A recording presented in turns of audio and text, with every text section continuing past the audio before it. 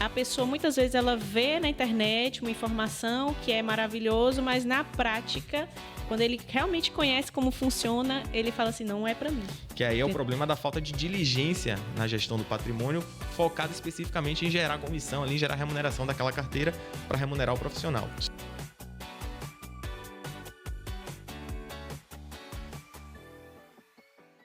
Sejam bem-vindos a mais um Juntos para Somar, um podcast que busca trazer um pouco de conhecimento para o empreendedor, que discutir assuntos que são relevantes tanto para a economia como para o mercado de empreendedorismo em geral. Hoje eu estou tendo a honra de receber aqui o Mário Cerqueira e Zenóbia Napomuceno, que são fundadores da Altavia Capital.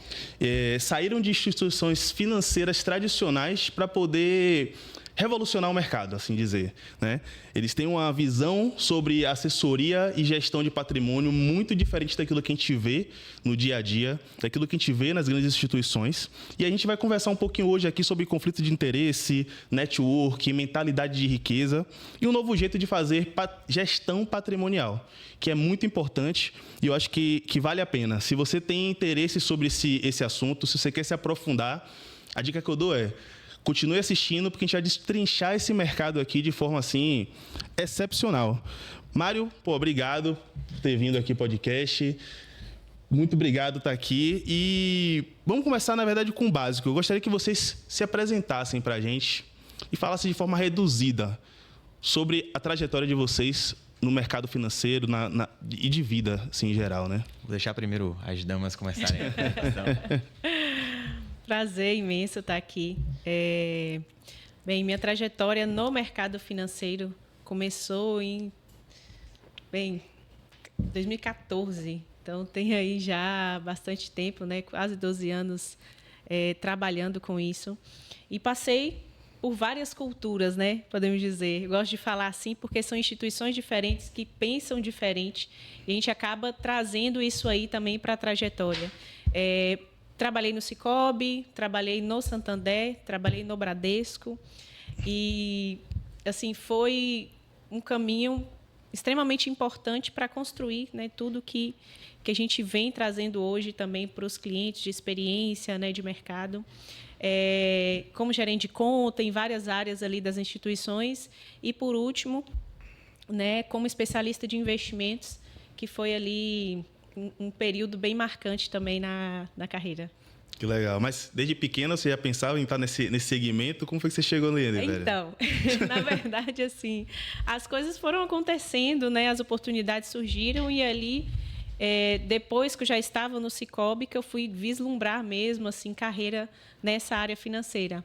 Quando eu era bem pequena, assim, queria ser professora, né? Caramba. Acabei tendo também essa realização como professora, que eu também sou professora e mentora, né, de uma escola que forma especialistas de investimento.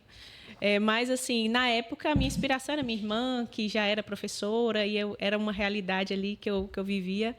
Mas as coisas foram, né, se desenvolvendo ali para essa área financeira e é uma realização mesmo estar fazendo o que eu faço hoje. De certa forma, como gestora, como gestores, vocês são professores também, né? Vocês vão acabar ensinando e de forma meio que didática ali as pessoas a investirem e colocarem...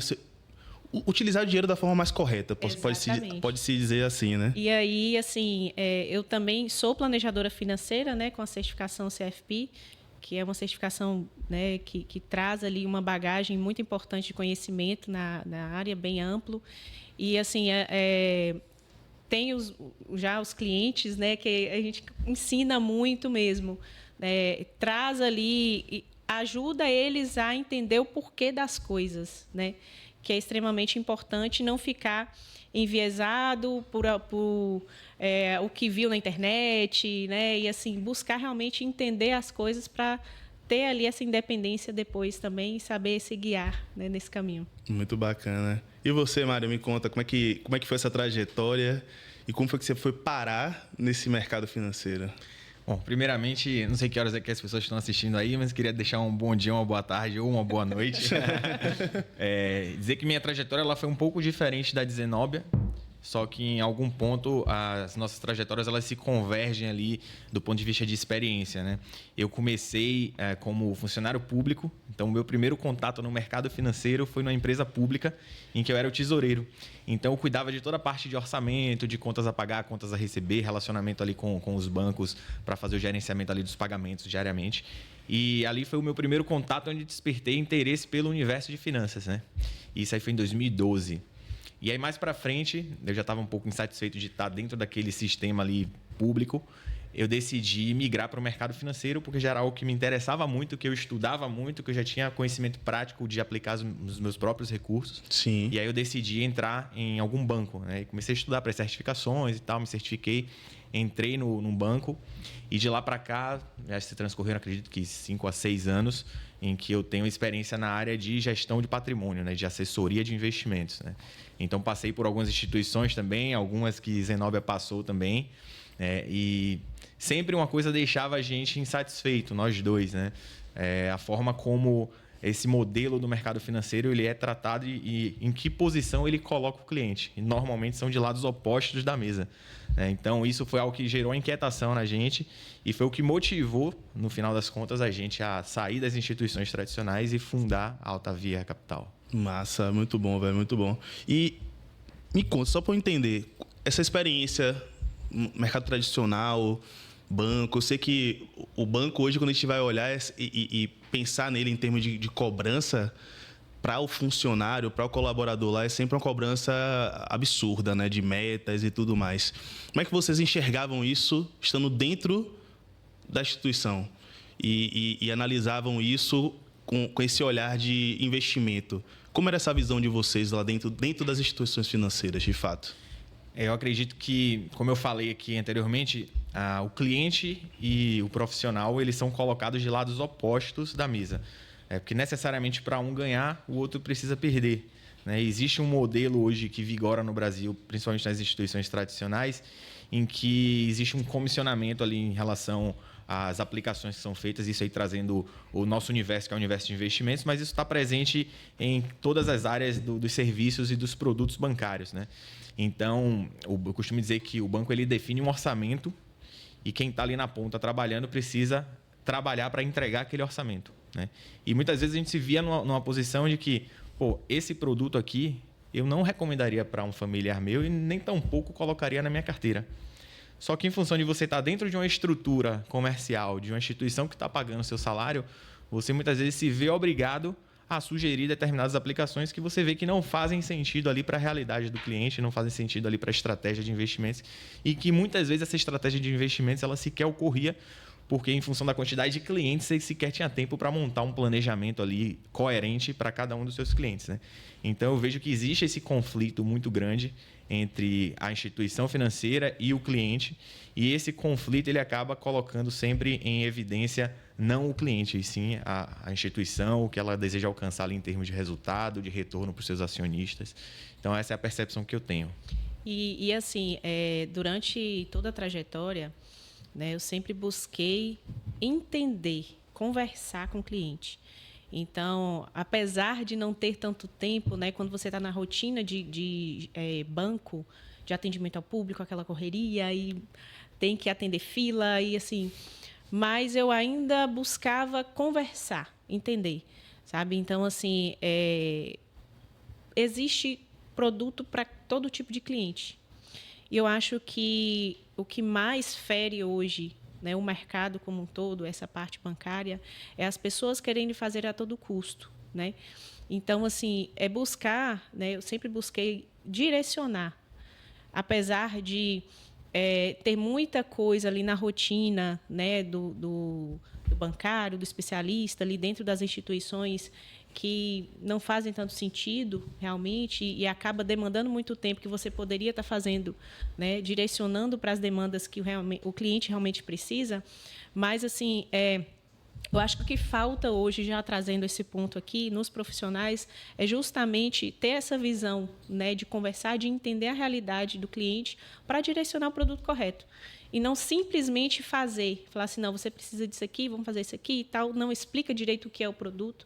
Então, isso traz ali, né, aquele sentimento para o cliente de, meu Deus, eu sou um produto para o banco, né? E a visão que muito cliente tem, inclusive, tem uma cliente que me reforça isso sempre, sabe? Eu fico muito feliz. Ela Zenobia, durante toda a trajetória que a gente esteve junto, você nunca me tentou vender um produto. Eu nunca vi você querendo me vender um produto. Eu acho que essa é a diferença, você ter o olhar genuíno para o que a pessoa realmente precisa. Interessante. E, Igor, até uma coisa que você trouxe aqui para a gente sobre a questão educacional, de fato, uma das nossas funções enquanto especialista, enquanto gestor de patrimônio, é trazer essa questão educacional.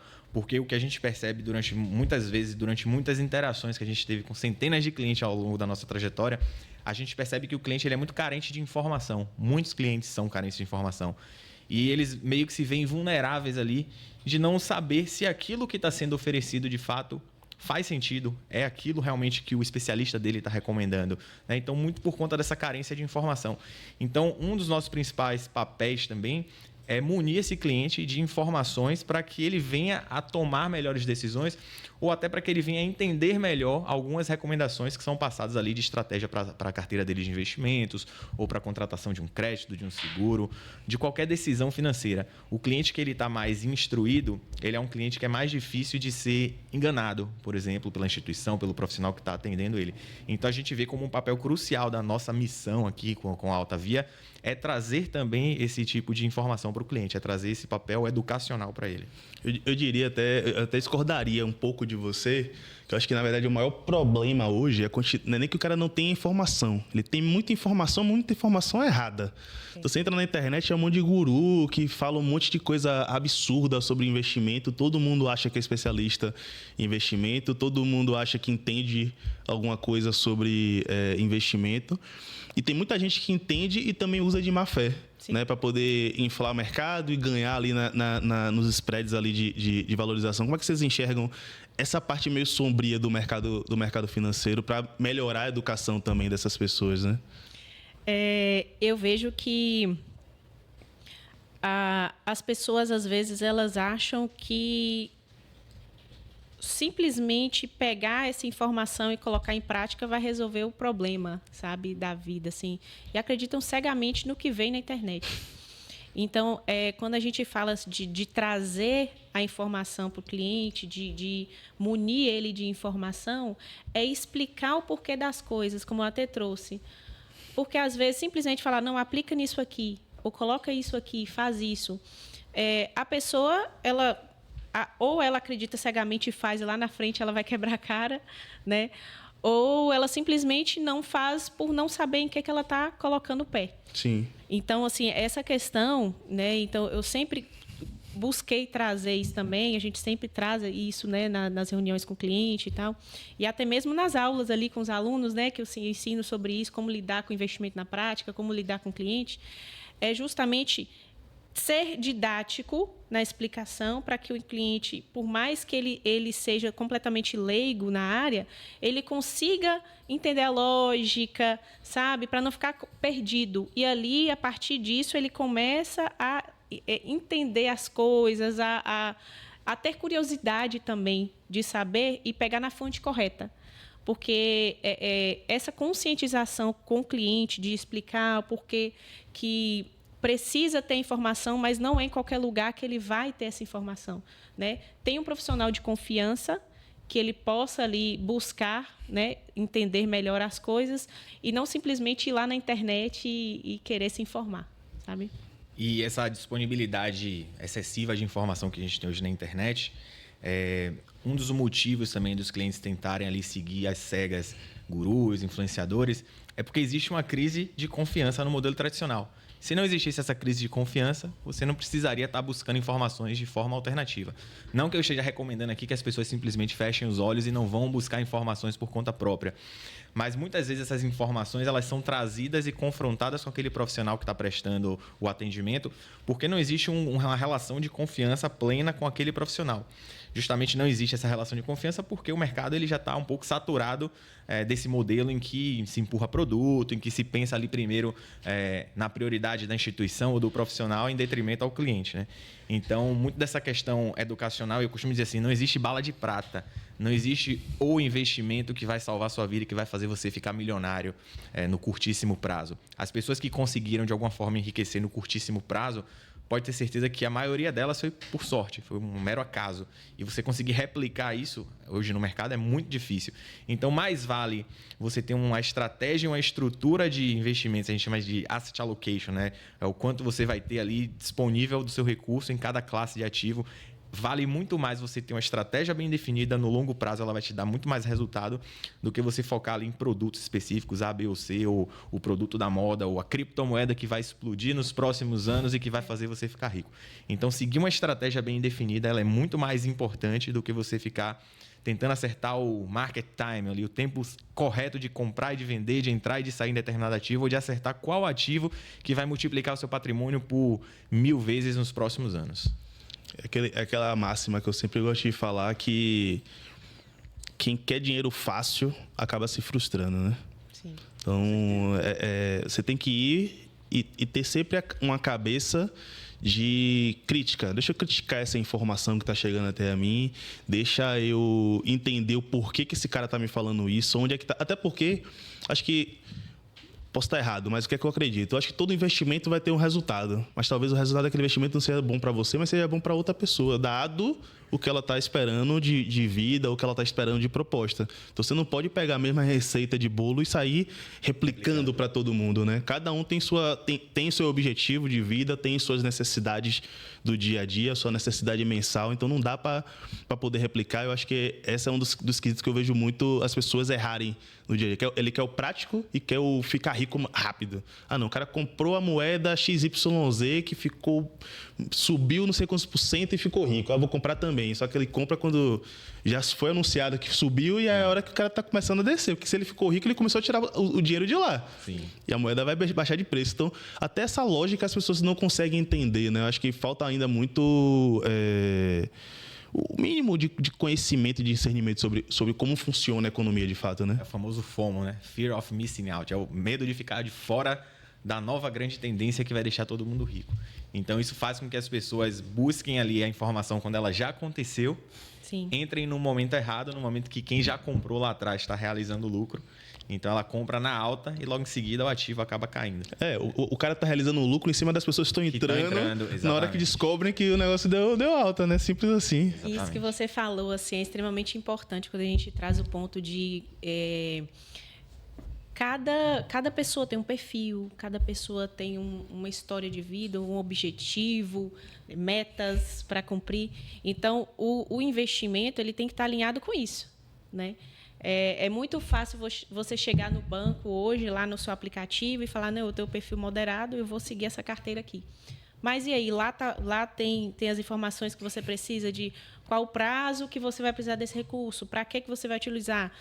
O seu perfil deu moderado, mas será que você realmente conhece os riscos daquelas aplicações? Então, na verdade, esse tipo de conhecimento, de feeling, né, que o profissional precisa ter, o cuidado de pegar essas informações para fazer uma carteira que esteja realmente de acordo com o que o cliente realmente precisa, né? Então, assim, é um negócio que muitas vezes é replicado, né, por aí, ou o cliente vai lá e pega informação simplesmente na internet, vou fazer. Já aconteceu comigo de cliente chegar para mim e falar assim, Zenob, eu quero fazer uma carteira de fundos imobiliários, né? Porque ouviu falar que lá o influencer e tal falou que esses fundos aqui estavam perfeitos. Expliquei qual era o tipo do investimento, quais eram os riscos, como ele funcionava, as oscilações, como eram e tal. Não, vou fazer. Então, vamos colocar um pé aqui. Colocamos um pouco, ele não passou 2 meses, ele quis sair. Porque o sentimento dele, ao ver o valor da cota cair, ele não suportou. Sim. Então, assim, a pessoa, muitas vezes, ela vê na internet uma informação que é maravilhoso, mas, na prática, quando ele realmente conhece como funciona, ele fala assim, não é para mim. Entendeu? Então, é muito disso, a gente ter essa percepção. Sensibilidade, né? né? Sensibilidade. E você, como planejadora, né? Sim. Financeira, tem que trazer essa sensibilidade para o jogo, né? Sim. Até entender o perfil do cliente, não só sobre ser moderado, que é o que os rates que o banco dá, mas tipo assim, pô, é um cara que é mais contido, Sim. é um cara que é mais dominante, agressivo, ele gosta ou não gosta disso, né? Porque existem duas variáveis, né? Existe a pessoa que ela pode correr o risco, realmente, ela tem a capacidade de correr o risco, né? Mas muitas vezes ela tem essa capacidade de correr o risco, mas ela não consegue, na prática, ter essa percepção de que, se ela tiver esse risco ali, ela vai realmente entender o que está acontecendo, sabe? Então, tem muita gente que, poxa, eu tenho um perfil super ok para correr o risco. Eu sou jovem, eu tenho uma renda ali bacana, enfim, mas eu não tenho inteligência emocional ali para isso, suportar as altas e baixas. É a questão da capacidade contra a predisposição. Exatamente. Sim, Às vezes você tem a capacidade por você ser novo, por você ter Você se tempo, enquadra em ter tudo. Até por prazo. experiências Você se enquadra em tudo. Tem anteriores, dinheiro né? sobrando, se você não vai para ruína, mas você não tem o A estômago para predisposição, que é o aguentar. estômago, exatamente. E já tem gente que gosta, que quer correr o risco, que entende os riscos, mas não tem a capacidade, né? Então, seja por idade, ou seja por a parte financeira mesmo ali, que não está coerente, ou porque eu tenho um objetivo de curto prazo. Então, tudo isso tem que ser analisado, né? Entender e explicar isso aí também. E você conhecer o seu cliente, né? Sim. E quando você tem essa relação ali de confiança e de longo prazo com o cliente, você acaba entendendo essas nuances comportamentais, né? E aí a gente entra no mérito mesmo das finanças comportamentais, de saber se aquela aplicação, por mais que ela se enquadre no perfil de risco daquele cliente, não é para ele. Então, quando você tem essa relação estabelecida em que o cliente de fato confia ali no serviço que você está prestando para ele, né? Que existe uma transparência ali na relação, o cliente vai acabar acatando ali, falando, pô, beleza, sua carteira tem espaço para isso, mas talvez você não tenha a predisposição para se expor a esse risco. Então, ao invés de a gente começar ali da forma que você me trouxe, que você quer investir ali 30% do seu patrimônio em ações e fundos imobiliários, vamos começar com 2%, 5%, para você sentir como é esse mercado. E aí, se você ficar confortável, aos poucos, a gente vai aumentando essa alocação. Eu fiz isso muito com Bitcoin, né? Tenho uma carteira de Bitcoin e aí eu ficava, rapaz, eu vou ou não vou para esse negócio? Bitcoin. Vou ou não vou? Aí eu falei, velho, vou alocar 1% lá. Sim. Porque se eu perder 1%, eu não vai fazer diferença na minha vida. E aí, depois que eu fui entendendo as oscilações, que beleza, eu ia perder metade de tudo para ganhar 3 vezes mais depois e não sei o quê, aí eu comecei a ter apetite para poder comprar mais. Mas no início eu falei, tipo, deixa eu botar bem pouquinho aqui. Vou botar R$200 para ver o que é que vai acontecer. Falei, legal, deixa eu botar mais 1.000. Legal. E aí você vai crescendo. Perdendo medo. Exato, perdendo, mas não é todo mundo que tem isso, não. Eu brinco muito até com meu pai. Meu pai ele tem esse perfil. O medo dele de perder é maior que a vontade dele de ganhar. Então ele prefere ficar parado aqui do que já tô com o meu garantido aqui, eu não vou arriscar, né? Status quo, né? Exato. É aquele viés ali de, bem, eu prefiro ficar onde eu estou do que correr esse risco aqui, eu sair do lugar, né? E assim, quando você fala, inclusive no planejamento, a gente traz mais essa visão também de tirar um pouco o emocional, né? E ter uma visão da vida da pessoa que às vezes ele não está conseguindo enxergar. Então, tem muitas vezes assim que eu ser mais venho pragmático, trazendo né? isso, uma conscientização mesmo, né? Às vezes o cliente é muito apegado com algumas coisas, né? Eu tenho ali um terreno, um imóvel que eu não quero me desfazer, mas talvez está tendo muito custo. Então, assim, tudo isso a gente analisa, tira um pouco a parte emocional do sentimento e vai trazendo essa realidade para a pessoa, né? essa clareza, né? Do que é o melhor para ele naquele momento de vida. Muito bom. Muito do nosso trabalho parte também do pressuposto de você aumentar o nível de consciência do cliente, né? Então, essa parte aí de você afastar um pouco o viés emocional. Óbvio que a gente não consegue isentar o cliente do viés emocional, né? E nem é, desculpa cortar, mas assim, nem é tirar o emocional, porque o sentimento do cliente ele tem que ser levado em consideração a todo tempo, né? Se ele se sente confortável, beleza, vamos fazer. Não sente, então vai amadurecendo a ideia. Equilibrar, né? Isso. O emocional com o racional ali no processo de tomar decisão. Aí, você trouxe até a informação do seu pai aí. Isso é uma das coisas que a gente estuda ali quando a gente está na parte de finanças comportamentais, que são os vieses cognitivos. Sim. E aí esse viés ele é muito característico, que é o de aversão à perda. A perda, ela muitas vezes incomoda a gente muito mais do que a possibilidade de ganhar. Então, você sofre mais quando você vê o seu patrimônio caindo do que você fica feliz quando você vê o seu patrimônio subindo, né? Então, isso paralisa muitas pessoas de tomarem algumas decisões. Sim. E, obviamente, isso tem que ser levado em consideração quando você está fazendo um trabalho de estruturação patrimonial, de gestão do patrimônio, porque é uma coisa que não é da noite para o dia que você resolve. É só você crescendo o nível de consciência do seu cliente que você vai conseguindo trabalhar ali, diminuir aquela aversão à perda e fazendo ele entender que, muitas vezes, o risco faz parte do negócio, né? De todos os negócios. Então, quando a gente atende muitos clientes que são empresários, né? Muitos clientes que são médicos e que acabam sendo médicos e empresários porque atendem ali no modelo de prestação de serviço. Então, esse cliente, naturalmente, ele já está exposto ao risco dentro do negócio dele, né? Então, quando você traz um investimento que acaba acrescentando mais risco, só que numa área que ele não conhece, que ele não domina, aí o emocional ele pesa bastante. E aí o trabalho educacional de aumento do nível de consciência desse cliente que a gente acaba fazendo ali nas nossas sessões de atendimento, ele vai fazendo esse cliente cada vez ir ganhando mais confiança no mercado, entendendo como é que funcionam os mecanismos e ficando mais apto a tomar um pouco mais de risco e a obter rentabilidades melhores no futuro. E também tem aquela questão do risco versus retorno, né? Sim.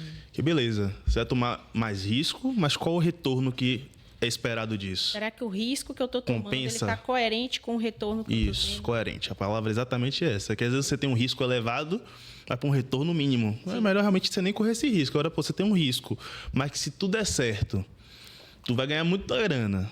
E se tudo der errado, não vai mudar nada na sua vida, será que não vale a pena você correr esse risco? Eu sempre, quando eu vou fazer qualquer coisa na minha vida, eu sempre analiso isso. Pô, se tudo der errado, tudo errado. Isso vai me afetar muito? Não. Mas se tudo der certo, vai trazer um benefício? Vale a pena eu me arriscar e dedicar energia? Pô, então vou colocar energia nesse negócio aí que eu acho que vai valer a pena. E me diz uma coisa. Quando foi que para vocês deu aquele start assim de, velho, não dá mais o tradicional e eu preciso fazer diferente? Teve alguma coisa que foi o ponto principal para vocês que fez vocês falarem assim, bora, não, acabou, tchau. Obrigado aí, laranjinha. Obrigado aí, vermelhinho. Vou seguir minha vida.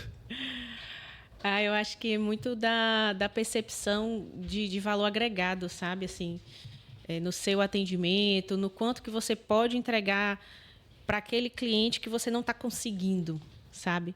E que você, às vezes, não só por não conseguir, mas, assim, pelo próprio sistema te impedir de fazer um trabalho, né, bem feito mesmo, de conseguir escutar aquele cliente e falar assim, não, vamos olhar aqui para a sua vida como um todo e entender o que é melhor para você, né? Então, a gente está vinculado ali a um sistema que ele, por si próprio, já é algo que pesa, né, não só na rotina, mas também, né, no te privar de conseguir, né, fazer seu trabalho bem feito.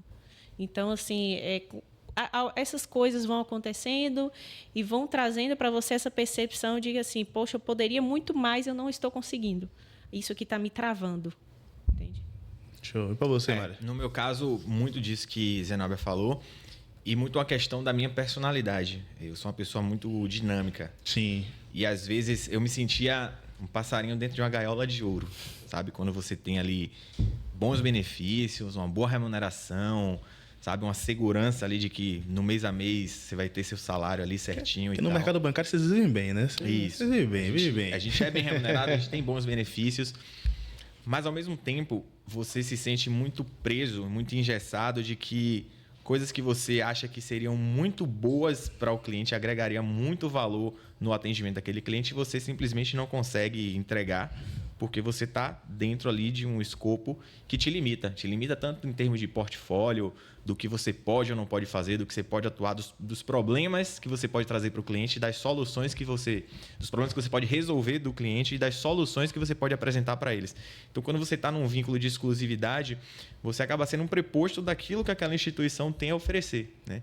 E aí eu, por várias vezes, me questionei até de forma ética, tipo assim, esse trabalho que eu estou fazendo aqui não é legal, não está nem perto daquilo que eu sei que eu posso entregar, do conhecimento que eu tenho a compartilhar com as pessoas. E eu só vou conseguir fazer isso se eu tiver uma estrutura que me dê a liberdade e a autonomia de fazer isso, né? E aí a melhor forma que a gente encontrou de ter essa estrutura e poder atender o nosso cliente de forma 360, sem amarras, sem vínculo de exclusividade, sem ter que entregar uma coisa que só aquela instituição tem a oferecer, foi abrindo a nossa própria empresa e oferecendo um serviço totalmente personalizado, customizável, e que pode atender ali o cliente em todas as áreas da vida financeira dele. Então, ele não depende hoje do banco. O cliente que entra na Alta Via e entra na nossa assessoria, na nossa consultoria, ele não precisa do banco mais para nada, porque todas as soluções que ele precisa para a vida dele financeira, a gente pode oferecer. Se ele precisa de crédito, a gente cota crédito com mais de 50 instituições financeiras para oferecer a melhor taxa. Se o cara precisa de um seguro, né, de vida, seguro residencial, seguro de carro, empresarial, a gente tem seguro com mais de 20 seguradoras para oferecer as melhores cotações. Se o cara precisa de assessoria de investimentos, a gente consegue atender. Se ele precisa de serviços de banking, cartão de crédito, conta corrente, a gente consegue oferecer. Então, o cliente ele não precisa mais do banco, né? Então, a gente tem um viés muito forte ali pela desbancarização. O cliente hoje ele não precisa mais estar num banco para ele ter um serviço bancário. E ele consegue hoje ter um serviço de muito mais qualidade, de muito mais eficiente do ponto de vista financeiro para ele, se ele está na estrutura que ele tem liberdade, que ele pode escolher qual é o serviço que ele quer. Tem um produto A no banco A, o produto B no banco B, sentar tudo em um único lugar, né? E realmente. sabe que nem sempre o banco A ou o banco B vai ter as melhores taxas, vai ter o melhor serviço, vai ter o melhor produto. Então, se ele está dentro daquele guarda-chuva daquela instituição, em algum momento ele não vai ter a melhor solução e ele vai ser obrigado a contratar a que não é a melhor solução. Sim. E hoje a gente consegue oferecer sempre a melhor solução, porque a gente não tem esse vínculo, a gente pode oferecer de qualquer instituição, de qualquer banco, de qualquer seguradora. Muito bom. E qual é, na visão de vocês, o maior conflito de interesse que rola na assessoria tradicional de financeira? Qual o maior conflito de interesse assim que vocês enxergam? Olha, é você ter que, muitas vezes, inclusive o Mário já até trouxe isso aqui no início, né? Ter que entregar, vender, ter uma meta ali para um produto por ele simplesmente remunerar mais a instituição, sabe? Então, esse tipo de produto que ele remunera mais a instituição, que ele remunera mais a cadeia ali de distribuição, ele acaba sendo muito mais cobrado nas metas e o profissional, muitas vezes, ele tem que entregar mais, oferecer mais esse produto por ser uma exigência da própria instituição. Sim. Então, hoje, o que gera maior desconforto nos clientes, né, de quebra da relação de confiança, é justamente tudo isso que vem, essas informações que os próprios influencers vêm disseminando na internet, de falar sobre isso, de trazer esse assunto à tona, só que a questão é que, pela falta de confiança, o cliente ele deixa de procurar o profissional ali da instituição e vai buscar informações na internet, que muitas vezes é o lugar ali que está minado, né, e que tem muita coisa que ele não conhece, que ele vai simplesmente entrar e sem saber onde ele está entrando. Então, você ter esse profissional hoje que tem um conhecimento, que consegue direcionar e também não tem esse conflito de interesse, né, que você é remunerado pelo seu serviço e não pelo produto que você oferece, e isso aí é que realmente é o diferencial hoje, né? Eu até reforço aí o que a Zenobia falou. Acredito que hoje o maior ponto de conflito de interesse é, de fato, o comissionamento que as instituições acabam oferecendo como incentivo para os profissionais que estão ali debaixo do seu escopo ofertarem os produtos. Então, vou dar um exemplo aqui. Muitas vezes, a empresa A procura o banco B para fazer uma estruturação de um crédito, né? A empresa tem várias formas de captar. Uma das formas de captar é procurar o banco monta uma estrutura de um título chamado de crédito privado, uma categoria de título, e o próprio banco vai distribuir aquele título para os seus clientes. Então, você concorda que se a empresa A está procurando o banco B e está pagando ao banco B para estruturar um crédito para ele, o banco B vai ter total interesse em distribuir aquele produto que ele mesmo está estruturando. Então, você tem um foco muito grande, uma cobrança muito grande para que aquele produto ele seja distribuído. E muitas vezes aquele produto ele não é o melhor do ponto de vista de segurança, né? O rating que a gente chama, ele não é o melhor do ponto de vista do alinhamento ao perfil do cliente ou ao objetivo do cliente. E os profissionais que estão ali na cadeia, eles precisam distribuir aquilo ali porque eles estão distribuindo um produto que a própria instituição está coordenando a oferta. Então, isso acontece muito, né? Muitas vezes o assessor liga ali, o o foco é muito em produto, em girar carteira. Aí você só liga para oferecer o produto XYZ porque ele está com a taxa tal e tal, mas às vezes ele não está alinhado ali ao interesse do cliente, ao objetivo do cliente. Então, esse modelo, né, que ele privilegia o conflito. Ele privilegia o conflito. Então, muitas vezes o cara está aplicando um valor ali para ter uma remuneração de algum, sei lá, 15% ao ano, né? Taxa Selic. Só que aquela remuneração daquele produto que o cliente está recebendo não é a remuneração de fato que aquele produto está sendo emitido. Muitas vezes aquele produto está sendo emitido a 17%. E aqueles 2% ali vira um comissionamento. Então, esse modelo de comissionamento coloca, como eu falei já, o cliente e a instituição ou o profissional de lados opostos da mesa, onde o profissional ou a instituição vai buscar distribuir produtos que pagam uma remuneração maior, porque ela traçou um orçamento ali que precisa ser batido por toda a sua cadeia comercial. Os acionistas da empresa precisam que a empresa lucre mais para que eles tenham um resultado melhor nas suas ações. Então, todo o modelo ele é conduzido e utilizado às pessoas que estão ali utilizando o serviço da instituição como uma mola para fazer a instituição chegar cada vez a lucros maiores, chegar em lugares mais altos e elevar o lucro dos acionistas. Então, no fim das contas, o cliente ele é o último ponto de interesse de toda essa conversa. Ele é só a forma de fazer a instituição atingir os objetivos. Inclusive, assim, entre as formas de remuneração, existe também a saída dos produtos. Então, muitas vezes, esse giro de carteira é feito de maneira muito rápida, por muitas vezes a instituição ser remunerada na entrada do produto e na saída. Entende? Então, assim, é um trabalho que você vai fazendo, que não agrega para o cliente, porque ele está saindo antes, ele está pagando mais imposto. Né? E assim, é um negócio que acontece muito, sabe? A gente vê muito isso e assim, é muito triste, sabe? Você vê algumas situações assim que o cliente ele realmente é o último nesse nível ali de prioridade da coisa, que ele devia ser o primeiro, sabe? Tipo assim, independente de se o cliente está ganhando ou está perdendo, a instituição financeira está ganhando. Sempre vai ganhar, sempre vai ganhar. Sempre. E aí você tem os dois perfis de cliente, né? O cliente que ele desconfia de que o serviço não está sendo prestado da melhor forma e aí ele vai buscar informação por conta própria. E tem um cliente que, simplesmente por ele não ter acesso à informação, ou ele não querer correr atrás da informação, ele simplesmente fecha os olhos e fala assim, eu confio. Ele assume uma postura até, de certa forma, entre aspas, de ingenuidade, de falar assim, eu confio. E negligência também, né? Sim. E como eu não tenho esse conhecimento e eu também não vou buscar ele, só me resta confiar. E aí esse cliente normalmente é o que é mais penalizado. Sim. É porque o cliente que, de certa forma, ele tem um certo inconformismo de questionar, de saber se realmente aquele serviço está sendo prestado da melhor forma, ele vai atrás da informação e ele acaba descobrindo que existem outros modelos em que o alinhamento de interesses é a prioridade. Sim. Né? Então, esse cliente ele tem uma chance maior de sair ali daquele ciclo. Né? Assim que eu saí da aba de meus pais e virei adulto, né? O grande conflito que a gente via era os bancos cobram taxa administrativa muito alta e agora nós temos um novo modelo, a empresa XPTO, né, entrou no mercado exatamente para poder falar muito sobre isso, né, com os assessores independentes e coisa e tal. E recentemente, inclusive, eu estava vendo uma matéria criticando ela, falando assim, ó, ela já não está mais vendendo tão bem aquilo que ela prometeu na sua inauguração. Sim. Que mesmo ela trazendo um modelo novo, o modelo novo dela também tem conflitos, né? Dado que ela também faz isso que você falou, de estruturar os créditos, ter parceria com os bancos, coisa e tal. Então, acaba que sempre tem algum conflito ali no meio do caminho e os assessores acabam sempre empurrando produtos que vão ser melhor para a empresa do que para a pessoa que está colocando lá o dinheiro ali, o investimento, né? Inclusive, só um ponto, né? Antes, os bancos eles eram muito remunerados pelas tarifas de conta. Sim. Então, os bancos mais tradicionais e tal, o que ganhava mesmo era com isso, né? R$50, R$100 de tarifa de conta.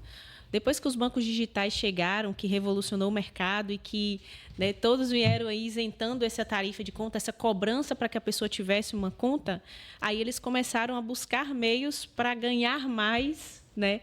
E aí que vão surgindo aí todos esses tipos de investimento, coisas que vão remunerar muito mais do que qualquer tarifa de conta remuneraria. Sim, com certeza, com certeza. Então, isso que você trouxe aí, até das corretoras, quando elas se popularizaram e trouxeram um modelo novo de assessoria patrimonial, isso aí foi muito disruptivo naquele momento, porque a gente vinha de um cenário de que o cliente estava no banco lá largado. O único cliente que tinha um atendimento no banco era o cliente private, o cliente que tinha ali mais de 5, 10 milhões de patrimônio. O cliente do varejo, que estava ali nas agências, muitas vezes você tinha clientes ali com muito patrimônio, com muito potencial ali de geração de serviço mesmo, de assessoria e consultoria. Esse cliente era largado. Então, as corretoras viram esse gap no mercado e começaram a oferecer um serviço que aqueles clientes não tinham. Então, nesse momento, isso foi muito disruptivo para o mercado. Então, até para trazer mais gente para poder investir, né? Para começar a olhar para esse cenário, né? E num cenário como esse, o cara que não tem atendimento, ele passa a ter algum atendimento, ou para ele é muito positivo. Ainda que esse atendimento esteja carregado de conflitos de interesse, ainda assim era muito melhor do que ter atendimento algum. Sim. Só que com a popularização desse modelo e com o crescimento do nível de consciência das pessoas, e aí os influenciadores também têm um papel importante nisso, porque, de certa forma, eles amplificam algumas bandeiras e alguns discursos, foi se percebendo que esse modelo que as corretoras trouxeram, talvez ele fosse a solução naquele momento, mas agora a gente está de frente para um outro problema, que aí é o problema da falta de diligência na gestão do patrimônio, focado especificamente em gerar comissão, ali, em gerar remuneração daquela carteira para remunerar o profissional. Sim. E aí esse modelo novo, que é o modelo de fee-based, é um modelo em que o cliente ele paga de forma transparente para o serviço do consultor ou do gestor de patrimônio, ele sabe exatamente quanto ele paga, não existe comissionamento na cadeia. Então, esse serviço, não existe serviço sem conflito de interesse, tá? Tudo tem algum tipo, de algum nível, conflito de interesse. Mas claramente esse modelo de fee-based, ele resolve as principais dores que a gente tem no mercado hoje de investimentos, que é você ter essa questão da remuneração vinculada à comissão, vinculada à aplicação de um produto A, B ou C. Então, esse modelo, o cliente ele contrata de fato um serviço de gestão, né? O cara não vai ganhar por ele aplicar no produto A ou no produto B.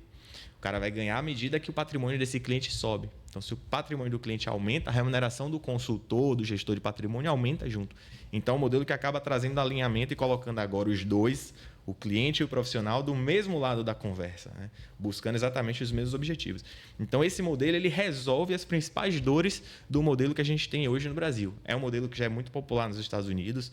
Cerca de 95% do mercado americano atua no modelo de fee-based. No Reino Unido, o modelo de comissionamento, que é o modelo contrário a esse, é o modelo que a gente vive hoje no Brasil, foi banido. Na Austrália, o modelo foi banido. Na Europa, o modelo de fee-based também é o principal modelo de consultoria de investimentos. Então, hoje a gente tem um começo de uma mudança de paradigma no Brasil, em que as pessoas estão entendendo que o modelo de assessoria, quando ele não é bem prestado, porque também entra muito da questão do profissional. Então, o profissional, quando ele tem um alinhamento com a ética profissional dele, ele vai buscar fazer um bom serviço e vai buscar colocar o interesse do cliente, obviamente, em primeiro lugar. Mas é um modelo que ele beneficia, o modelo do comissionamento, ele beneficia os maus profissionais. Sim. De conseguirem ali extrair remunerações altíssimas da carteira dos clientes a custo de colocar produtos que não são tão bons assim na carteira dos clientes. Quanto menos consciência o consultor, o assessor tem, mais dinheiro ele vai ganhar. Né? Porque ele não vai se preocupar em botar qualquer lixo na carteira do cliente. Né? Então, quando a gente fala do modelo de fee-based, a gente cria um modelo, a gente traz um modelo que blinda o serviço de consultoria de investimentos de um profissional eventualmente mal intencionado. Então, a gente pode dizer que esse modelo agora é como se fosse a terceira revolução, né? A segunda revolução. A primeira foi lá quando teve os assessores independentes e tal. Sim. A gente já saiu um pouquinho assim do escuro. E esse modelo atual é a segunda revolução, né? Tipo assim, beleza, a gente já tinha melhorado, mas ainda tem problemas. E a gente vai para um novo passo, né? Eu entendi mais ou menos como é que funciona esse modelo do fee-based, mas eu queria que você esmiuçasse um pouquinho mais, assim, principalmente para quem está assistindo, qual a grande diferença dele, né? Como é realmente que o cara vai desembolsar isso e quais são as vantagens dele trabalhar com um assessor nesse sentido, entendeu? Vamos lá, perfeito. Primeiro, só a questão de nomenclatura para a gente não acabar fazendo confusão. Você tem o assessor de investimentos e você tem, vou usar aqui o nome consultor, mas existem outros nomes ali para o profissional que trabalha com fee-based, pode ser o consultor ou o gestor de patrimônio. Mas vamos colocar consultor para facilitar. O assessor, em regra, ele é um profissional preposto de uma instituição financeira, pode ser um banco ou uma corretora, e ele vai fazer a assessoria de investimentos distribuindo produtos específicos daquela instituição que ele é vinculado. O assessor ele vai ser remunerado, em sua grande maioria, pelo modelo de comissionamento. Então, todos os produtos que você aplica na corretora ou no banco, eles têm uma comissão oculta, que você acaba não sabendo que existe essa comissão. Então, eu vou dar exemplo aqui de produto. CDB. CDB 100% do CDI. Tranquilinho, para conservador, reserva de emergência. Ele foi emitido a uma taxa maior do que os 100% do CDI, mas essa taxa é distribuída para o cliente a 100% do CDI. Existe uma diferença entre a taxa que ele foi emitido, que pode ser 102, 103, e a taxa que ele é oferecido. Essa diferença, que a gente chama de spread, é a comissão oculta que você está pagando sem saber para a instituição financeira ou para o profissional que está te oferecendo aquele produto. E aí tem uma série de outros produtos, fundos de investimento que possuem taxa de administração. Metade daquela taxa de administração é para remunerar a gestora do fundo e a outra metade é para remunerar a cadeia comercial. A COI, que é um produto super polêmico. Existem COIs que pagam até 10% de comissionamento. Então, estamos falando aqui que se um cliente aplica 1 milhão num COI que paga 10% de comissão, 100 mil é uma taxa que ele está pagando sem saber, de forma escondida, está voltando para a cadeia comercial que distribuiu o produto para remunerar a instituição e os profissionais que estão distribuindo aquele produto. Então, assim, não precisa ser nenhum gênio para entender que se o profissional está mal intencionado, se o profissional ele não tem alinhamento de interesses com o cliente, ele vai buscar recomendar os produtos que possuem as maiores comissões, porque ele vai ganhar mais dinheiro disso. E o cliente não sabe que está pagando aquela comissão, ele acredita que está tudo transcorrendo ali na normalidade. Quando a gente vai para o modelo de consultoria, que não é um modelo comissionado, é um modelo fee-based, existe uma proibição de haver pagamento de comissões para esse profissional. Então, todas as comissões que eventualmente seriam geradas para remunerar o assessor ou a instituição financeira, elas retornam para o cliente de origem com uma espécie de cashback na conta desse cliente, está acreditado de fato na conta desse cliente. E esse serviço desse profissional, do consultor ou do gestor de patrimônio, ele é pago de forma automática na própria conta do cliente. Quando a gente trabalha com instituições que atuam nesse modelo, existem algumas corretoras que atuam nesse modelo e alguns bancos já estão começando a permitir a atuação do consultor. Normalmente existe um fundo de investimento nessas instituições que rende ali o 100% do CDI, o mais conservador, e o valor que é cobrado pelo consultor, que por padrão, não é uma regra, mas é o padrão de mercado, é 1% ao ano sobre o patrimônio sob gestão daquele cliente. Então, o cliente que tem, por exemplo, 1 milhão de patrimônio sob gestão, ele está pagando ali ao longo de um ano 10 mil para o consultor fazer todas as movimentações, planejamentos, asset allocation na carteira daquele cliente. Então, esse valor de 10 mil, que é o 1%, ele fica acreditado ali, aplicado, rendendo 100% CDI, em um desses fundos, que são fundos caixa. E mensalmente é descontado ali o valor de 1/12, a gente está falando de 1%, divide 1 por 12, dá 0,08% ao mês, que aquele cliente paga para o consultor dele fazer o trabalho dele. E aí esse consultor, como ele não tem interesse e nenhum benefício de recomendar produtos que tenham uma alta comissão, e produtos que tenham alta comissão, normalmente essa comissão está sendo a custo de penalizar a rentabilidade do cliente, ela está sendo retirada da rentabilidade do cliente. Sim. Como ele não tem incentivo para recomendar esse tipo de produtos, obviamente ele vai buscar os produtos que vão fazer o patrimônio daquele cliente crescer o máximo possível, respeitando ali o perfil, a necessidade de liquidez e os objetivos daquele cliente. Até porque, em qual profissão, se você fizer a carteira do seu cliente render 25%, você está se dando um aumento de 25%. Qual a profissão que permite que você mesmo, com a gestão diligente, com o trabalho técnico, se dê aumentos anuais por estar fazendo bem o seu trabalho? Sim. Então, assim, é um modelo que, de fato, coloca alinhado o objetivo do cliente e o objetivo do consultor. Porque, vamos dizer lá, você fechou o contrato com um cara que tem 1 milhão, aí separou aqueles 1% ali. Aí no próximo ano, aí é um novo contrato baseado já não é mais 1 milhão, 1 milhão e 200. Sim. Então 1% já é maior. E aí você vai receber todo mês baseado naquilo. Aí você tem mais um ano para aumentar a carteira e no próximo ano você ganhar mais. Sim. Interessante. Bem diferente realmente, e acaba sendo um ganha-ganha, né? Ganha-ganha. Se o cliente aumenta o patrimônio, você aumenta próximo ano sua remuneração. Pô, exatamente. Muito, muito bacana. E por que vocês acreditam assim? Que fora que só com esses cashbacks aí que o cliente tem de volta por estar aplicando os produtos que lá no banco, na corretora, ele não ia ver esse dinheiro mesmo, isso aí já paga o trabalho, praticamente. Sim. Sabe? Sim, muito interessante. Por que vocês acreditam que esse modelo não tem no Brasil?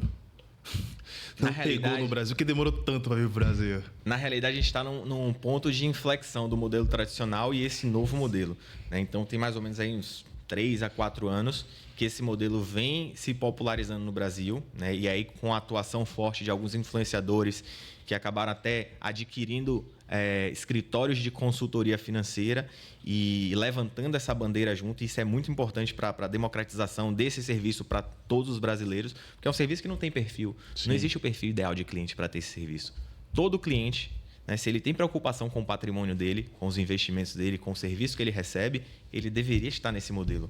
Porque hoje é o melhor modelo que existe para aconselhamento de investimentos.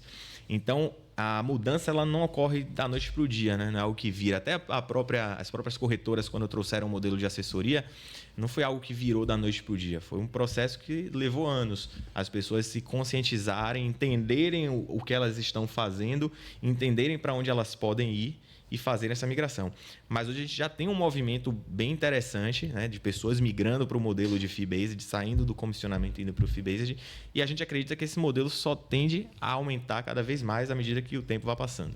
E fora que assim, esse modelo já estava sendo usado por grandes famílias que muito dinheiro, né?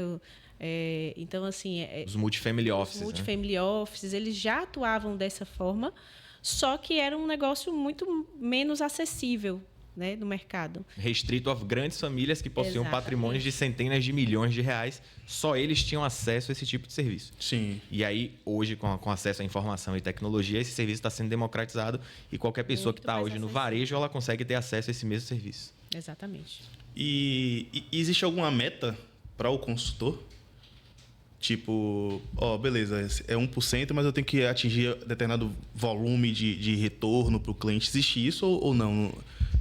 Não tem essa prática? Não existe nenhum tipo de meta para o consultor. Normalmente, os consultores eles são independentes. Então, a meta que o consultor cria, a meta para ele mesmo. Pô, eu preciso e quero atingir um volume de carteira de 500 milhões, de 1 bilhão sobre... Até corrigir a pergunta, quando falou meta, tipo assim...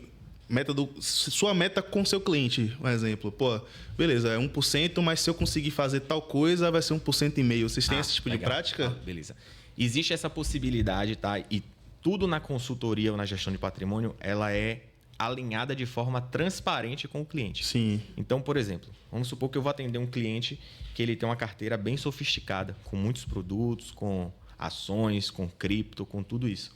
Então, esse é um cliente que vai demandar um conhecimento técnico e uma aplicação de energia e acompanhamento na carteira muito maior do que um cliente mais conservador. Sim.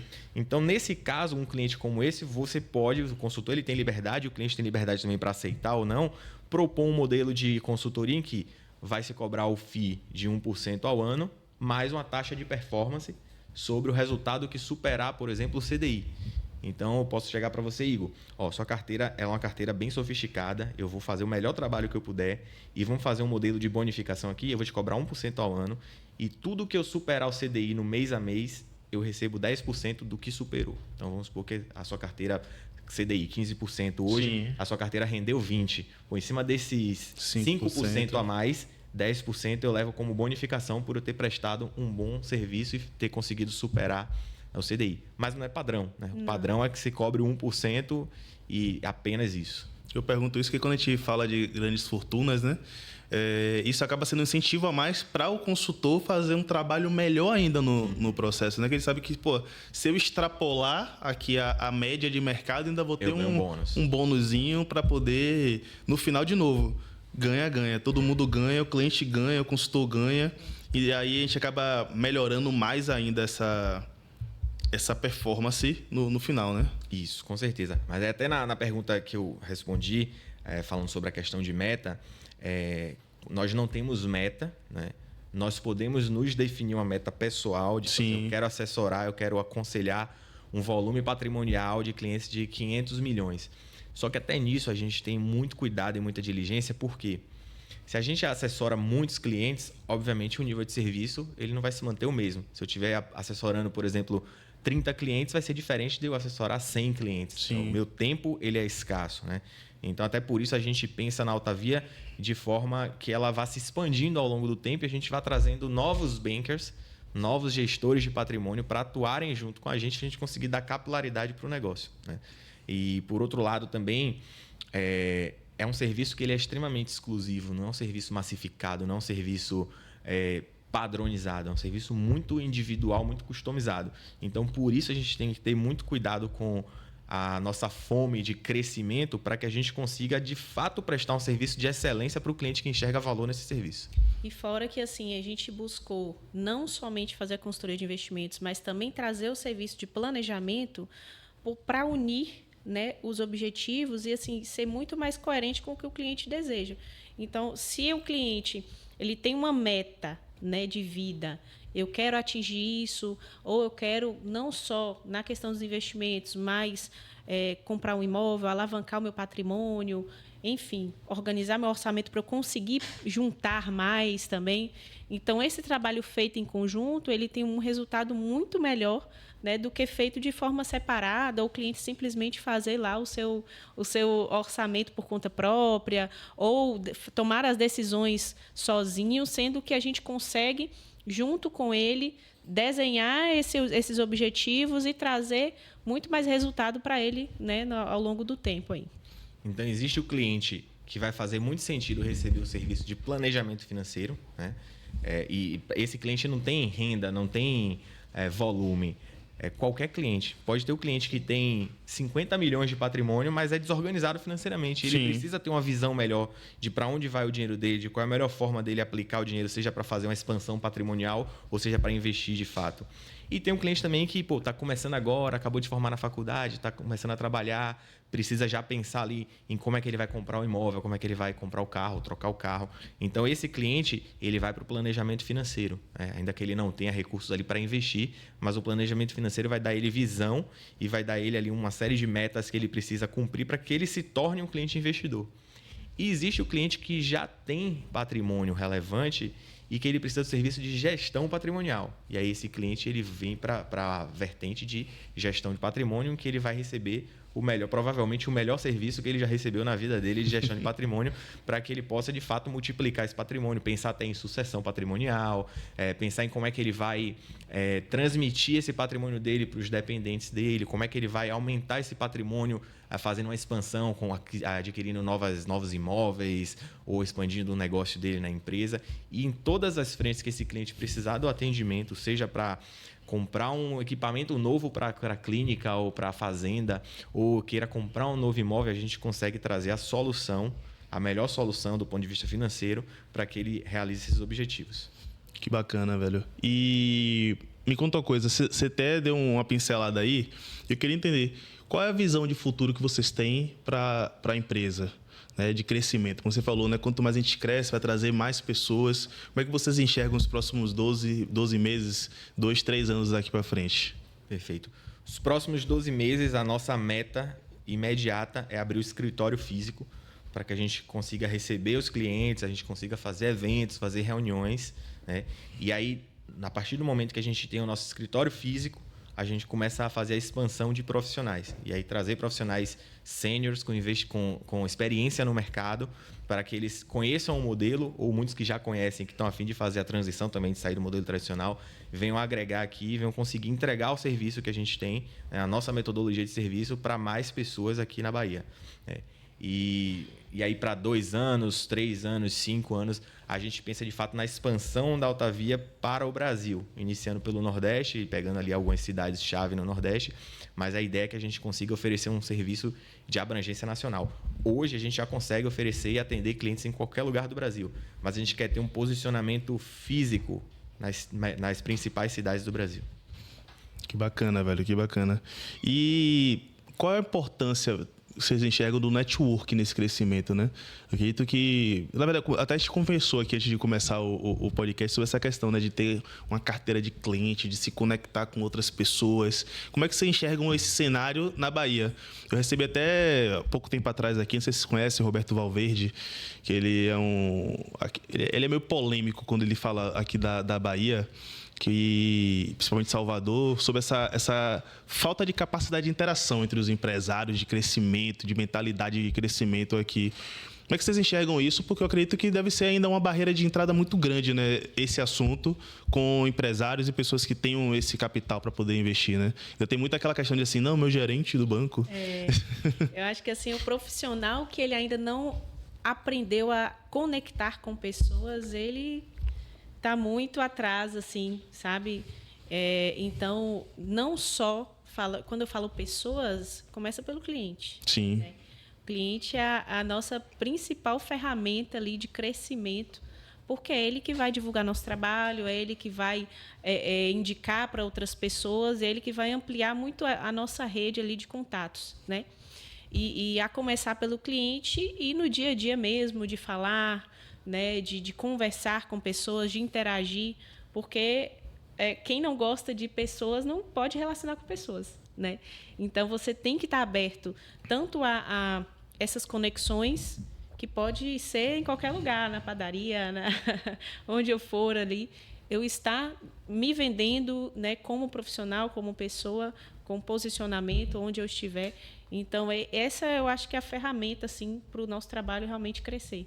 E o networking, ele é peça fundamental nisso, né? Então, hoje, assim, Salvador, hoje é uma cidade que eu vejo que ela vem se desenvolvendo nessa questão do networking. Então, hoje a gente tem vários eventos que acontecem na cidade, encontros de empresários, eventos até com pessoas de fora, vindo falar sobre empreendedorismo, sobre networking.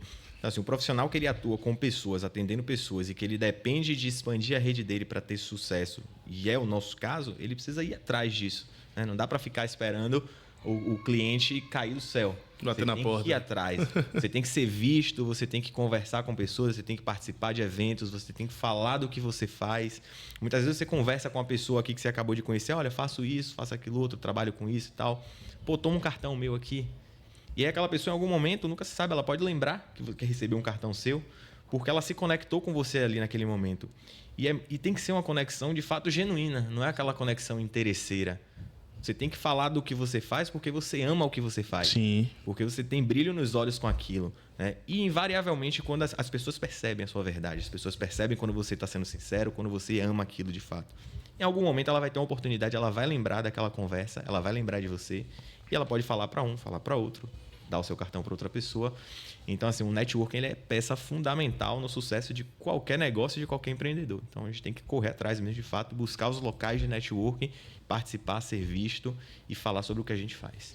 Você falou uma coisa que conecta muito com o que eu falo, que é network não é sobre quem você conhece, mas sobre quem lembra de você quando um problema aparece. Exatamente. Né? Mesmo que você conheça poucas pessoas, mas se toda vez essa pessoa lembra de você e ela mesmo te recomenda quando alguém comenta sobre um problema que você tem a solução, aí seu network realmente valeu a pena.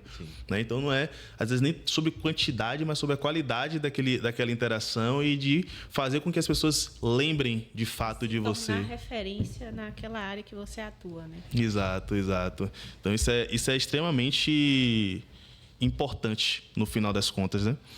E agora vem uma pergunta. Vocês acham que o mercado vai demorar para virar esse modelo? Você acha que é uma coisa que vai ser agora, que vai massificar esse modelo do Feebase, ou ainda vai demorar mais tempo? Do jeito que as coisas estão acontecendo ultimamente, né? A velocidade com que as transformações têm acontecido. A gente tem a inteligência artificial que até 2, 3 anos atrás, coisas que eram feitas de forma totalmente manual, impensáveis de se fazer, na velocidade e na qualidade que a gente tem hoje, eu acho que é uma questão de tempo e muito pouco tempo para que o mercado entenda que esse modelo realmente faz mais sentido e comece a migrar. O acesso à informação está aí, existem pessoas que estão atuando brilhantemente, divulgando essa informação, levantando essa bandeira do serviço com menos conflito de interesse, quase que zero conflito de interesse. Então, acho que a transformação ela vem em pouco tempo. Acredito que daqui a um ano a gente já vai ter ali um número relevante, um percentual relevante do mercado sendo aconselhado no modelo de Feebase. E a gente está aqui justamente para isso, né? Propagar a palavra. Propagar isso, essa mudança. Porque, na verdade, a resistência das instituições ela vai acontecer. Ela já está acontecendo. Né? Por mais que é um modelo que as pessoas já estão vendo, muitas pessoas não conhecem. Né? A maioria da população não sabe que existe esse modelo. Então, assim, a gente está buscando justamente divulgar e falar disso para que as pessoas vejam que não precisa ficar preso àquilo ali, para o resto da vida, né? Ele consegue realmente ter um profissional que vai olhar para as necessidades dele sem ter esse conflito de interesses ali no trabalho, né? E eu acho que esse modelo ele coloca em voga o profissional que é bom no que faz. Sim. Que é qualificado, né? Exatamente, porque é um serviço que exige tecnicidade. Não é só o comercial, não é só a lábia de você saber vender um produto, empurrar um produto no cliente. Você, de fato, tem que saber o que você está fazendo, você tem muita autoridade no serviço que você entrega, no nível de conhecimento técnico que você tem, para que o seu conhecimento se traduza em uma maior experiência, uma melhor rentabilidade para aquele cliente. Porque os profissionais que vão permanecer no mercado são aqueles que vão conseguir entregar resultado, entregar performance. Porque se é um serviço que não existe comissionamento, se é um serviço que o cliente está ali atrás de performance, os profissionais que não conseguirem entregar essa performance, o cliente vai trocar ele por outro profissional. Então, e assim... pode Não, ir. e assim um fato importante, né? Tem muito profissional que ele não sabe transmitir a informação. E o ponto-chave para o cliente realmente criar confiança em você é saber em que ele está investindo. Né? Onde que ele está colocando o dinheiro dele, porque, poxa, a pessoa construiu um patrimônio ali a vida toda. Né? Então, para ele ter essa confiança de colocar na sua mão para vocês de fazer a gestão desse patrimônio, ele precisa acreditar no que você está falando. E tem muito profissional que ele traz, quando você fala de tecnicidade, é justamente você conseguir transmitir isso de uma forma para o cliente que ele consiga entender, porque se você não conhece do que você está falando, você não sabe ensinar. Né? E eu acho que tem muita gente que hoje não sabe falar para o cliente sobre os produtos, porque nem ele sabe direito em o que ele tá fazendo. Então, assim, é você... Nem ele entende de verdade. Nem ele entende de verdade o que é aquilo, como que funciona na prática. Ele simplesmente está empurrando o produto, entende? Então, assim, quando você consegue realmente trazer essa informação para o cliente de forma transparente e clara, né, ele vai agregar muito mais na vida dele de forma técnica, que seu conhecimento ele realmente é aprofundado naquilo e que você consegue transmitir isso de forma muito fluida, né, para o conhecimento ali chegar na pessoa com muito mais clareza. E até me veio uma outra questão aqui, me corrijam se eu estiver errado, mas o Brasil está passando por alguns momentos turbulentos agora, né? Taxação e coisa e tal. E não é só sobre também aumentar patrimônio, mas saber blindar o patrimônio, né? Com certeza. Então, o mercado ele é feito de ciclos, né? E existem ciclos que a gente não consegue prever que vão acontecer e simplesmente a gente é colocado no meio de um novo ciclo, né? E é muito do que está acontecendo agora. Essa taxação que vem, a gente não esperava que ela fosse acontecer. Então, a gente ainda não sabe, a gente imagina quais são os efeitos que elas vão trazer. Os reais efeitos que vão acontecer, né? A gente tem ali desenhado o que é que acontece quando você tem ali uma taxação imposta sobre produtos brasileiros, que muito provavelmente vai diminuir o consumo dos outros países, né, dos Estados Unidos principalmente, por esses produtos brasileiros. Isso pode fazer com que a gente tenha um excesso de produtos hoje na nossa economia que não seja escoada. Então, isso pode aumentar preço também. Isso pode fazer com que a nossa taxa de juros ela não desça na mesma velocidade que a gente esperava que ela fosse descer se as coisas continuassem normais. Então, você saber analisar cada um desses fatos e saber como se posicionar para você não ficar exposto no eventual cenário de juros mais altos por mais tempo, inflação disparando. Então, saber avaliar esses ciclos e ter o conhecimento técnico suficiente para você saber como posicionar o seu cliente é extremamente importante. Porque quanto mais você blinda, vai ser melhor para os dois lados, né? Assim, não é só sobre ganhar. Tipo assim, meu querido, eu estou fazendo você não perder tanto no cenário catastrófico que a economia se encontra, né? E assim, o grande ponto disso tudo é que o cliente entenda a necessidade de uma diversificação. Sim. Né? Porque a pandemia ela veio justamente para trazer essa conscientização tanto para os clientes quanto para os profissionais da área. Porque tinha muita gente que assim, sabia que era importante diversificar, o próprio profissional, mas não trazia essa clareza para o cliente, e a pandemia ela veio para mostrar isso, né? Que as coisas elas podem acontecer e a gente não espera, e é justamente por estar bem amparado ali e ter uma diversificação que você não vai ter esse impacto tão grande ali na sua carteira, né? Então, trazer essas informações ali e esses acontecimentos que já vieram e que pegou muita gente ali desprevenido, é importante justamente para que em qualquer ambiente, em qualquer necessidade, você esteja protegido, né, também. E na pandemia muita gente perdeu dinheiro apenas por desespero, né? Se tivesse um pouquinho mais de paciência, de calma, reflexão, não teria perdido tanto dinheiro no meio do processo, né? Por isso que a gente costuma falar que o segredo de você ter sucesso no mercado financeiro, nos investimentos no longo prazo, é você ter uma estratégia bem traçada que ela acaba se tornando ali blindada a crises. Porque, por exemplo, se a inflação dispara, você tem que ter ativos indexados à inflação na sua carteira.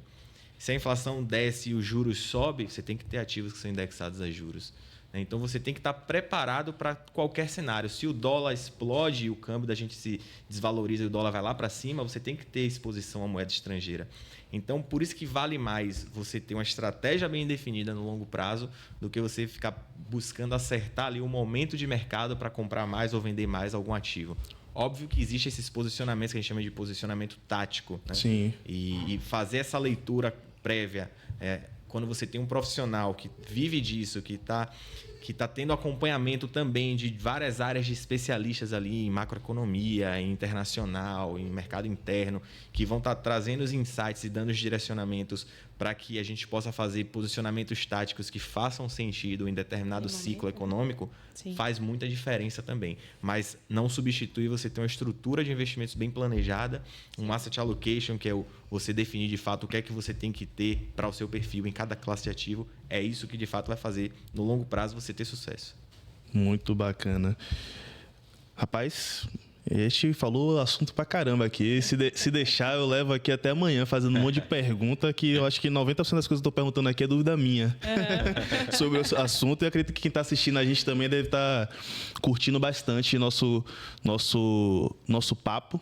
Acho que vocês trazem esse assunto de investimento, de finanças de uma forma muito leve. Eu acho que acredito que é o que vocês falaram aqui da questão da educação. Não adianta de usar um monte de termo complicado, porque quem está do outro lado da mesa, quem está do outro lado da tela, não entende. Ele precisa saber, no linguajar do dia a dia, o que é que vai acontecer com o dinheiro dele, para onde é que vai. E vocês fazem isso de forma assim, muito satisfatória. Vocês conversam sobre esse assunto de forma satisfatória. Eu gostei bastante desse papo. Mas, infelizmente, o nosso tempo está chegando ao fim. Mas antes de a gente encerrar, eu queria que vocês falassem uma última palavra para quem está assistindo para a gente, né? Uma dica, uma reflexão, um conselho. O que vocês poderiam trazer para quem acompanhou a gente até agora?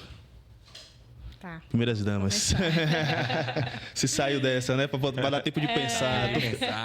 Tô ficando ligado em você. Queria sair justo. Mas, assim, é o que eu mais falo hoje, que eu mais prego hoje nas redes sociais, em tudo. Ter um planejamento. Porque o planejar, ele engloba todas as áreas da vida, né? E as pessoas hoje, elas não se preocupam com o que vai acontecer amanhã. A gente não está falando que você vai ter que se privar de viver para ter, só lá na frente, uma qualidade de vida.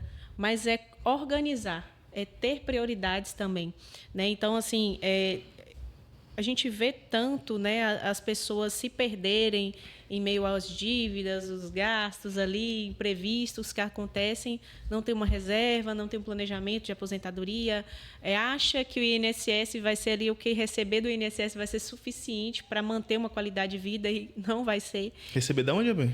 INSS. Isso vai existir? Se existir, né? As pessoas acham que ainda vão receber. Então, assim, é justamente ter esse planejamento, essa visão, né, de que você se organizando, você procurando um profissional que realmente está ali do seu lado, né? Porque eu comparo muito o trabalho do profissional ali de planejamento financeiro com um nutricionista, por exemplo, né? Ele vai montar o plano para você, mas se você não volta ali para revisar, fazer o balanço de como é que está a sua vida, se você está conseguindo realmente cumprir com as coisas, e se você realmente não colocar em prática aquilo ali, você não vai ter resultado, né? Então, assim, você tem que fazer o desenho, os objetivos de vida que você tem, traçar direitinho ali, seguir e estar revisando. Então, assim, pensar que lá na frente você vai se orgulhar do que você fez hoje, né, de você ter parado a sua vida ali um pouquinho para organizar todo o meio de campo, né, para que lá na frente você tenha realmente resultado. Então, assim, essa conscientização de que as pessoas precisam olhar para isso, né, e não ficar refém simplesmente do que ou você vê na internet ou do que você acredita e assim abrir a mente para as possibilidades e ter um profissional que vai te direcionar também nesse caminho. Muito boa. Diante do que você falou, só tenho uma mensagem a deixar, né? Se você tem dúvida sobre o serviço que é prestado para você no banco, na corretora, se você tem desconfiança de se realmente aquele é o melhor serviço que está sendo, aqueles são os melhores produtos apresentados, eu queria te convidar a conhecer o nosso modelo da Altavia, um modelo totalmente transparente, né, em que você sabe exatamente o quanto você paga e o serviço que você recebe. E eu tenho certeza que você ainda não recebeu um serviço de excelência como o que a gente pode oferecer para vocês. Então, se você tem interesse em conhecer um pouco do modelo de gestão patrimonial, de planejamento financeiro que nós da Altavia conseguimos entregar para os nossos clientes, procura a gente nas redes sociais e a gente terá o prazer de ter uma reunião com vocês e apresentar, entender um pouquinho do momento de cada um e apresentar esse modelo que é disruptivo. E anotem, vai ser o modelo padrão no Brasil nos próximos anos. Aí tem um ponto, né? As pessoas, elas geralmente me procuram e falam assim, acham que é um serviço inacessível, sim, sabe? Sim. A pessoa tem que ter muito dinheiro. E a gente está aqui justamente para construir esse caminho, né? Juntos, a gente organizar a vida e começar a fazer esse acúmulo de capital para investir. Então, assim, dar o passo de ter a curiosidade mesmo, como o Mário falou, de procurar a gente, né, de conhecer o trabalho, para aí depois você tirar suas conclusões. Mas, assim, tenho certeza que não vão se arrepender de dar esse passo na vida, né? Existe o custo de se planejar e existe o custo de não se planejar. E eu garanto que o custo de não se planejar ele é muito maior do que o custo de se planejar. Se você não sabe quanto é que você paga hoje pelo serviço que você recebe, é porque provavelmente esse produto é você. Exatamente. Forte, forte. E aproveitando essa deixa, quem está assistindo a gente, acompanhando, como é que pode acompanhar vocês fora daqui do programa? Qual rede social vocês estão mais engajados? Como é que acha vocês fora do programa? Nós dois usamos mais o Instagram. O meu é @mario.cerque, de Cerqueira. Temos o Instagram da Altavia, que é @altaviacapital. A Zenóbia tem o dela, pode falar. Zenóbia Naponuceno, Zenóbia _ Naponuceno. Então, Zenóbia Naponuceno só tem eu, tá? É a única no Brasil e no mundo. Única no Brasil e no mundo. E o nosso site está ficando pronto. Em breve ele vai estar no ar também, que vai ser altaviacapital.com.br. Está sendo produzido. E vocês não vão ter dificuldade de achar a gente, tá? É só procurar lá no Instagram. E a gente vai ter o maior prazer de apresentar para vocês o modelo Altavia de gestão de patrimônio. Hoje a gente veio falar um pouco de dinheiro e, na verdade, de uma forma diferente, né? Que é sobre relações, sobre confiança, sobre a educação. Então, dinheiro não é só aquilo que você investe, mas toda essa mentalidade que você tem por trás disso. E a Altavia, ela vem inovando nesse sentido, né? Mostrando que dinheiro e investimento não é produto, mas como você coloca isso em prática e como você visualiza o futuro dos seus investimentos e seu planejamento em si. Então, foi um papo assim muito enriquecedor. Esse papo com vocês. Eu acredito que todo mundo que está acompanhando a gente até agora deve ter gostado pra caramba da forma que vocês explicaram, da forma que vocês construíram esse assunto. Eu não tenho dúvida nenhuma que a Altavia vai ser um sucesso, que a gente vai ouvir muito falar de vocês, dado o conhecimento e o engajamento que vocês têm nesse assunto. E, como sempre, né, para quem assistiu a gente até aqui, se você gostou do assunto, se você conhece alguém que possa ser beneficiado pelo serviço e o atendimento da Altavia, indica, compartilha, mostra para todo mundo, compartilha com os amigos, com a família. Eu tenho certeza que essa mudança de mindset sobre investimento, sobre como cuidar do dinheiro, vai melhorar muito a relação do brasileiro com investimento, com banco, com essa parte financeira. E, para finalizar, né, siga a gente também nas redes sociais, que é o somar.studio e o juntosprasomar.pdc. Então, até mais e um abraço.